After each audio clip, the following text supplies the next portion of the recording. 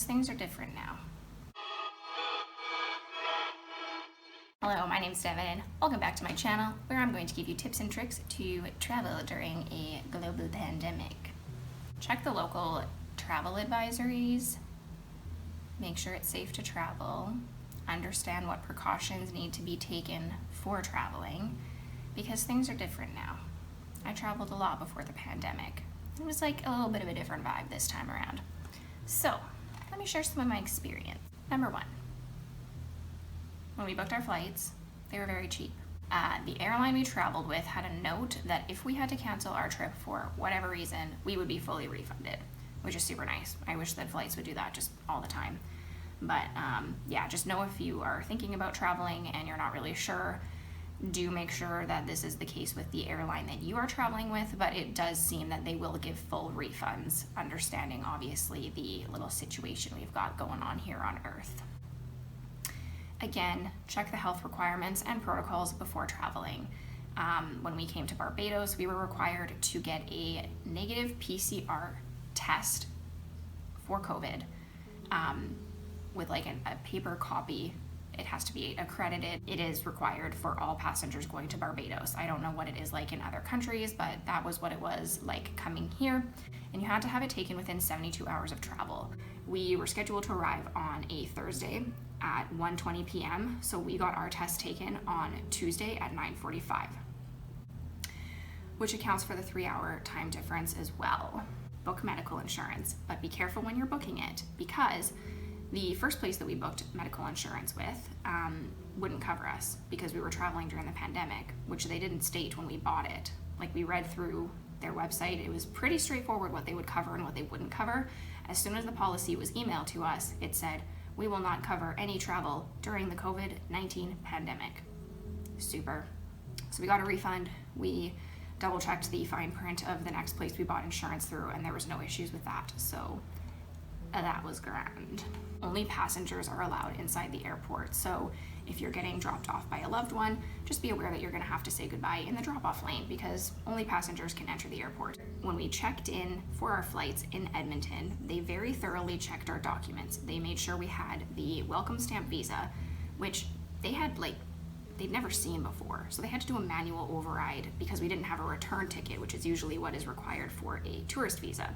It was fine though, because we did have all of our documents ready. We had our visas, we had our medical insurance, and our negative PCR tests. That's the stuff that they asked for, so they verified all of that before even letting us check in, which I found very interesting. We had our temperatures taken before we went through security. The airports were very quiet.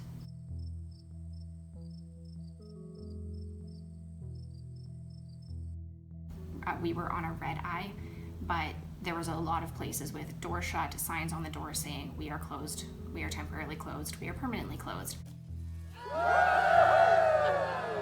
Lots of stuff closed. Make sure that you eat enough before you go, because they're also not serving food on the planes. They give you like a little goodie bag, and it has a mini water bottle, earphones, masks, hand sanitizer, and alcohol wipes. And throughout the flight, the only other thing that you would be able to get is like coffee, tea, or soft drink. They are not doing food. There is no like little service menus in the front pocket of your, in the pocket of the seat in front of you. None of that. So, yeah, just make sure that you're well fed. Take a red eye maybe. Maybe that's the way to go. So obviously when you're traveling on the plane, you have to keep your mask on at all times, apart from if you're like eating or drinking. So I bought like a 50-pack of masks from Costco before we left, and I just kept it in my carry-on so that we could change our masks every now and again, so we didn't have to wear the same mask for 11 hours and smell our disgusting airplane breath. The other thing is they ask you to not congregate near the bathrooms, which I personally think they should just do all the time, because it's like, why do we have 4,000 people standing at the back of the plane at one time? So they just ask to wait until the bathroom is clear, and then you can go and use the bathroom. So as to promote social distancing. So then once we landed in Barbados,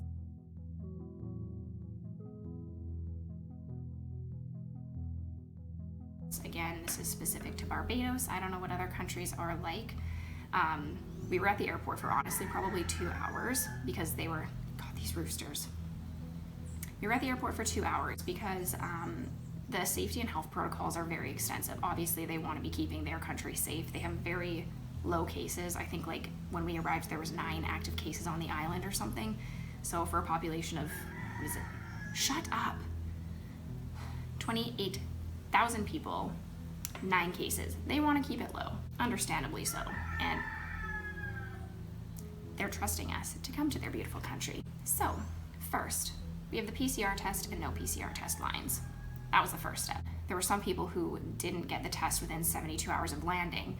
So they went to try to show these people the test and they were sent to the other line because at that point their test results were null. So there were some people who weren't very happy, but I mean, they make it pretty straightforward. We went into the airport and we had to fill out a little like information sheet, which we would give to the Ministry of Health representative so that they could get in contact with us to arrange our next COVID tests.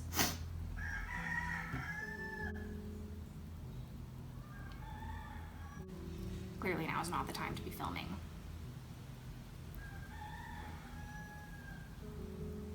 Anyways, I'm just gonna try to talk through it even though it's making me absolutely vile. We filled out our personal information and where we would be staying and a contact number that we could be reached at. Then we received a yellow wristband. I think this meant that we were a medium risk country. So we then went to the customs line and the lady there, like clearly we were one of the first people who have ever presented the welcome stamp visa to her because she's like the only cranky person I've met in Barbados. She was not pleased. She was trying to like catch us in a lie, it seemed. I don't know. I know she's just trying to do her job. I get it. Like customs is obviously a very important thing to, you know, do. She went through all of our documents. She kept like asking us for more and more stuff, every single thing we presented to her. And then in the end she was like, okay, you can go. Just make sure you go get your passport stamped downtown in Bridgetown at the immigration office. Okay. So then we went to the next stage. And just as a side note, before I get to the next part, we got in contact with the immigration people and they were like, you don't need your passport stamped. Later on, they emailed us with our like new visa with the actual like date of arrival and everything on it and gave us some information so we could go get our Barbados ID cards. But we didn't actually need to get our passport stamped. So I don't know if that was just her like resorting to saying something so that this, you know, didn't turn into an ordeal or whatever. I don't know. So that took like 2 minutes. The longest line was the one where we stood for 45 minutes to receive our instructions on what to do for the next 7 days from the health authorities. So there was an express lane. I don't know if people like paid a VIP rate or if it was like based on your seats on the airplane or how it worked. But yeah, it was a rather lengthy situation. I was drenched in sweat. I was tired, hungry, whatever. Poor me. At that point, we received the instructions to make sure that we are taking our temperature and we had to record it, like take it in the morning and the evening between like 7 a.m., 9 a.m., and 4 p.m. and 6 p.m.